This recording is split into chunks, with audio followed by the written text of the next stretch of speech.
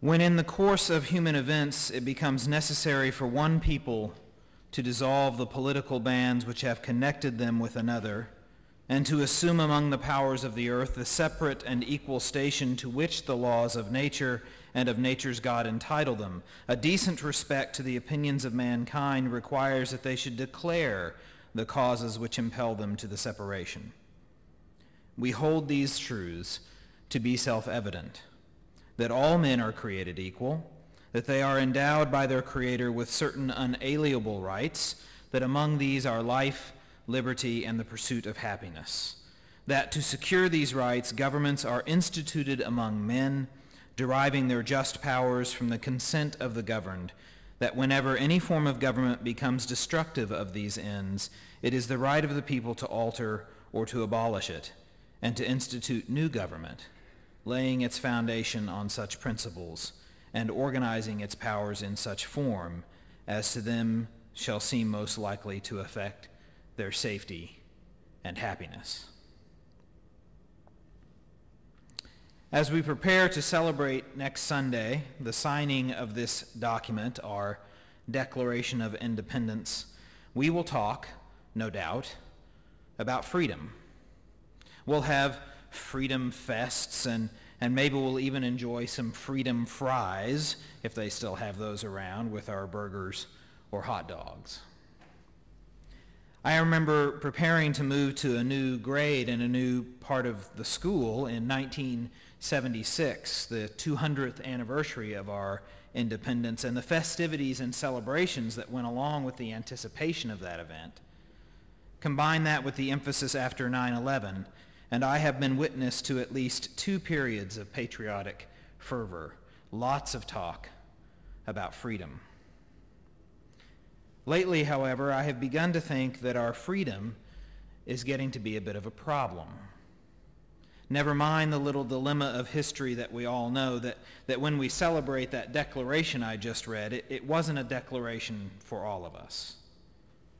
Even though it says all men are created equal, that's not the promise that was lived out. What was lived out was initially that all white, landowning, educated men were created equal. The rest of it has come much later and with a great deal of pain and suffering, including a civil war that almost ended this dream of freedom, and a fight for civil rights that has shaped, I dare say, everyone in this room in one way or another. Freedom as a state of individual concern, looking out for number one, has become every bit a part of the American myth as the so-called self-made man. We are witnesses now to crisis after crisis which hold at their cores some derivative of selfishness, of holding our own personal well-being or success above someone else's. Now, maybe that is an American ideal, and maybe it is what the Founding Fathers had in mind. I don't know. But I do know this. It isn't what Jesus was talking about when he preached the kingdom of God, and it isn't what Paul is talking about when he says freedom. Freedom, you see, is never an individual thing. This is my issue with the resurgence of libertarian ideals we've seen lately. There's a lot of libertarian ideals I agree with. More individual responsibility, more freedom, and that usually works until, as a seminary friend of mine said recently, those ideals meet up with a little thing called reality. More freedom sounds great until someone infringes on your freedom with their freedom. More individual responsibility sounds great, too, when you have enough resources and opportunity already to be responsible for. Individual freedom is only meaningful in the context of communal freedom. My rights only mean something in relation to your rights. In the Lord's Prayer that we just said, we say, "Our Creator," not "my Creator," because we understand that life is a collective rather than individual reality. That's why our freedom is such a tricky thing. There's a delicate balance at play in our collective ecosystem where humanity and all living things are a part, and in one way or another, abuses of freedom inevitably upset this delicate balance. As Dr. King once said, No one is free until everyone is free. Eugene Peterson opens his paraphrased translation of Paul's letter to the Galatians with this commentary. When men and women get their hands on religion, one of the first things they often do is turn it into an instrument for controlling others, either putting them or keeping them in their place. The history of such religious manipulation and coercion is long and tedious. It is little wonder, Peterson says, that people who have only known religion on such terms experience release or escape from it as freedom. Paul was like this, Peterson says, using religion as a baseball bat to clobber people with until he was changed to something radically and entirely different, a free life in God. God, Peterson says, does not coerce us from without, but sets us free from within. And we should respond quite well to Paul's letter. After all, we are in the land of freedom, right? And next Sunday, when we celebrate this freedom and our independence as a nation, this same topic will come to mind. Yet whatever it is that Paul is talking about, it isn't the same thing it seems we're talking about when we hear freedom.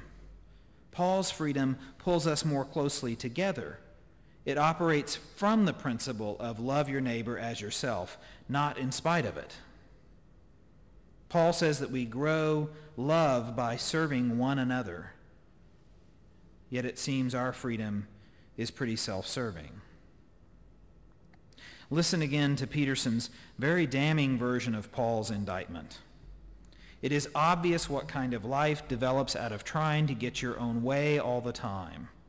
Repetitive, loveless, cheap sex, a stinking accumulation of mental and emotional garbage, frenzied and joyless grabs for happiness, trinket gods, magic show religion, paranoid loneliness, cutthroat competition, all-consuming yet never satisfied wants, a brutal temper, an impotence to love or to be loved, divided homes and divided lives, small-minded and lopsided pursuits, the vicious habit of depersonalizing everyone into a rival, uncontrolled and uncontrollable addictions, ugly parodies of community.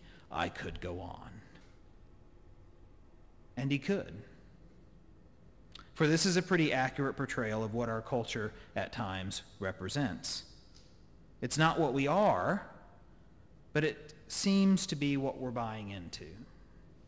We're allowing our freedom to consume us instead of being freed into a world driven by the Spirit, by our relationship with God, and therefore our connection to every other living being. We have been driven by a set of rules that may have initially served to bind people to one another and to God, but now do quite the opposite. We have created a religious system that basically uses God to scare people into submission and to divide us into those who are in and those who are out. That is what Paul is calling us away from. Yes, Paul, the conservative icon of the church. He is saying that God's redemption of Jesus' execution, witnessed in our experience of Christ, is the evidence of a whole new understanding. Christ has freed us to a new way of living, a way that asks us to be loving because we are loved, not because it is the rule as found in paragraph 4 of subsection D in the manual. Now, please note that Paul's indictment of what he calls the law is not an indictment of Judaism. Paul is a Jew, and such a good one that he considers himself blameless before the law. Paul is preaching to the Gentiles that God has opened a new door for them. The life, death, and resurrection of Jesus Christ expands the circle larger than any of us could ever have imagined. God is available to anyone and everyone. And that kind of freedom should inspire in us something way beyond selfishness. Reading Paul makes me wonder how we could ever have gotten to a place where so many people think that the point of Christianity is their own personal salvation. What does our freedom mean if we are just using it to tear one another apart?